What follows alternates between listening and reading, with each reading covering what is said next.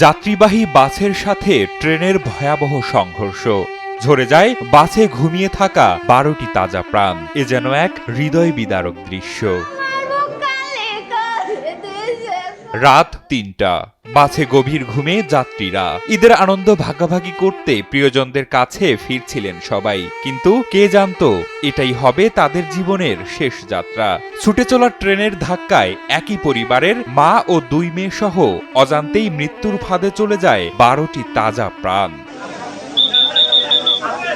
আনন্দের ঈদের যাত্রা মুহূর্তেই রূপ নেয় বিষাদে। স্বজনদের সাথে ঈদ করাই যেন কাল হয়ে দাঁড়ালো ঘুমন্ত যাত্রীদের। ঈদের আনন্দের দিনটি পরিণত হয় স্বজন হারানোর আহাজারি আর দীর্ঘশ্বাসে।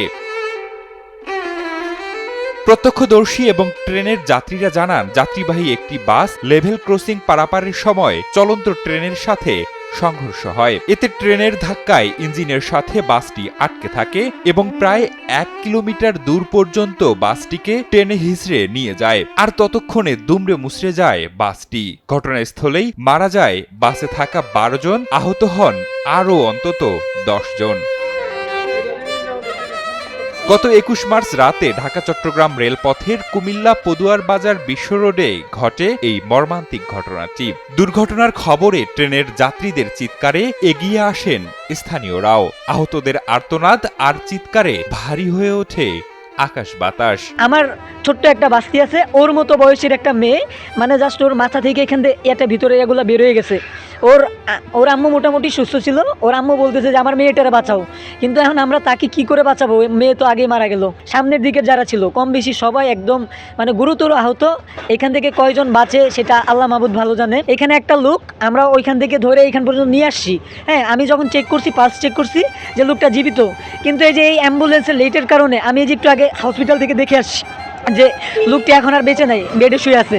তাইলে এই যে অবস্থা, এইটা দায়ভারটা আসলে নিবে কে? ছিল একটা পোলা কইতেছে ভাইয়া আমাদেরকে বাঁচান, আমাদেরকে তাড়াতাড়ি মেডিকেলে নেন। মহিলাটারও বার করছি। আর একটা বাচ্চা বলতে 9 বছর হবে। বাচ্চাটার আপনার মাথার মগজ আমার হাতে। প্রত্যক্ষদর্শীরা জানান, রাত 3টায় চট্টগ্রাম থেকে ঢাকাগামী ওয়ান আপ ট্রেন কুমিল্লার পদুয়ার বাজার বিশ্ব রোডে রেল ক্রসিং অতিক্রম করার সময় কোনো সিগন্যাল না পেয়ে চাঁপাইনবাবগঞ্জ থেকে নোয়াখালীগামী মামুন স্পেশাল নামের বাসটি ট্রেনের সামনে পড়লে ভয়াবহ এ দুর্ঘটনাটি ঘটে। ভয়াবহ এ দুর্ঘটনায় ইতোমধ্যে রেল ক্রসিং এর 2 গেটম্যানকে বরখাস্ত করা হয়েছে। এমনকি ঘটনাটি নিয়ে 3টি তদন্ত কমিটি গঠন করা হয়েছে। 200-র বেশি সার্ভিস ও ফিচারে লেনদেনের সব বিকাশ অ্যাপে সম্ভব। সাথে আমার এখানকার যারা আইসি ইনচার্জ আছে, তারপর আমার লাকসাম থানার ওসি, ওনাদেরকে বলেছি যে দ্রুত যেন ঘটনাস্থলে যায় এবং ব্যবস্থা নেয়।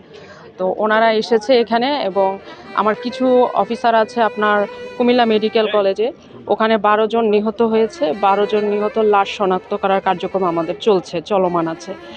এছাড়াও আমরা একটা তদন্ত কমিটি গঠন করেছি। আমরা মামলা নিব এবং এটা যাতে দোষী যেন শাস্তি পায় সেই ব্যাপারে আমরা খুব দ্রুতই ব্যবস্থা নিব।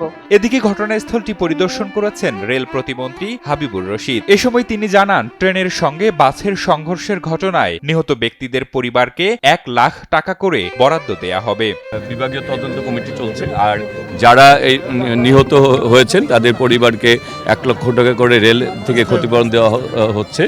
আর ইতিমধ্যে জেলা প্রশাসকের থেকে তাদের পরিবারকে, নিহত পরিবারকে 25,000, আর এমনি অন্যদেরকে আহতদেরকে 15,000।